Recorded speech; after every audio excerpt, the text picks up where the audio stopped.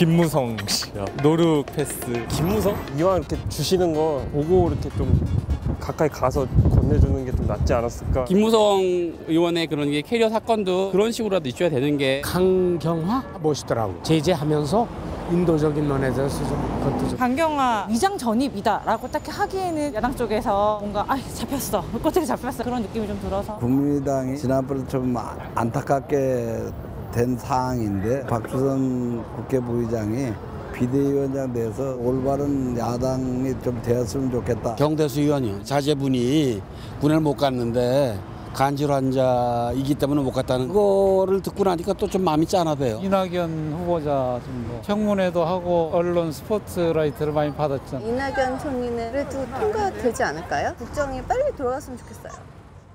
어느 부분부터 할까요? 우리 제주 끝에서부터 김관원 교수부터 하시겠습니까? 예, 저는 뭐 이규리 베스트는 누굽니까? 이해운 의원을 이해운 의원, 바른정당의 의원. 바른정당의. 예. 이유는 뭡니까? 이유는 4대강을 감사를 하는 것이 마땅하다. 예.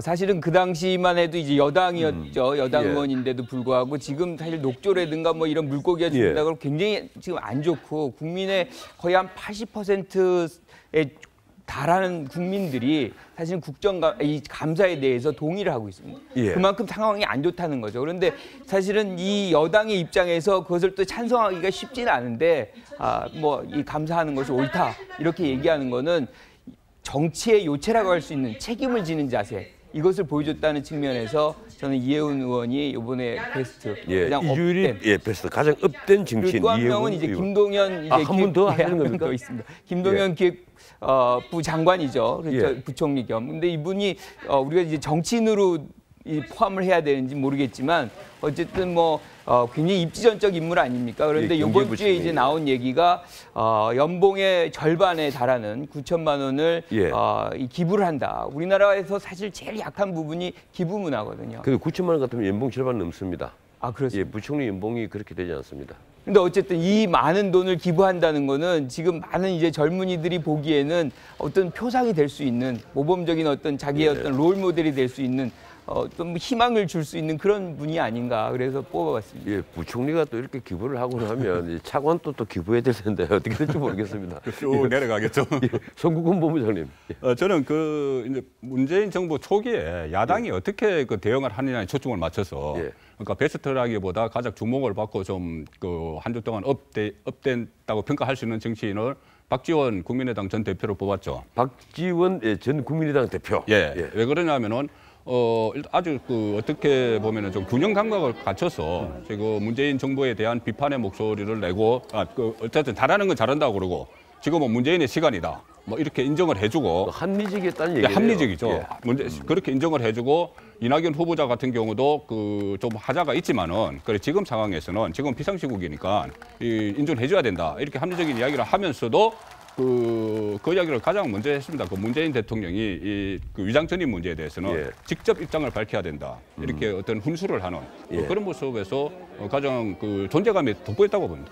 우리 최병목 예술위원. 이제 이게 시각에 따라서 완전히 다를 수는 있어요. 근데 저는 이제 이낙연 총리 후보자를 얘기하고 싶은데 왜 그러냐면 사실은 문재인 대통령이 후보 시절에 자 북한은 주적입니까 아닙니까? 라는 질문을 받고서 상당히 애매하게 답변을 했어요. 그렇죠? 애매하게 답변을 한 거 기억나시죠? 두루뭉술하게 넘어갔죠. 그렇죠. 그렇게 넘어갔는데 자 이번에 이낙연 지명자의 경우에는 자 북한은 주적이냐 아니냐 그러니까 북한은 분명히 적이다 이렇게 얘기를 했습니다.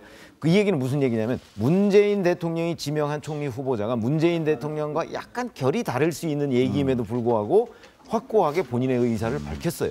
하는 점에서 저는 굉장히 긍정적이었다고 봐요. 그거는 문재인 정부가 소위 보수 세력이라고 하는 사람들로부터 받고 있는 의심스러운 안보관 이런 부분에 관해서 이낙연 총리 지명자가 확고하게 답변을 해줌으로써 신뢰를 줬다. 한 점에서 저는 높이 평가하고 싶다는 겁니다. 특히 이번 외교안보 라인이 대화파가 다 이제 주도를 하게 되는데 이낙연 총리 그 말씀은 아마 문재인 정부에도 큰 도움이 됐을 겁니다. 마지막으로 염영남 국장님. 저는 김진표 더불어민주당 의원 겸 이제 국정기획 자문위원장을 뽑았습니다만 이 국정기획이라는 이제 과거 이제 인수위 역할을 좀 하고 있는 것 아니겠습니까? 근데 과거 인수위라고 하면 통상 우리가 흔한 말로 완장을 찾다 그랬어요. 예.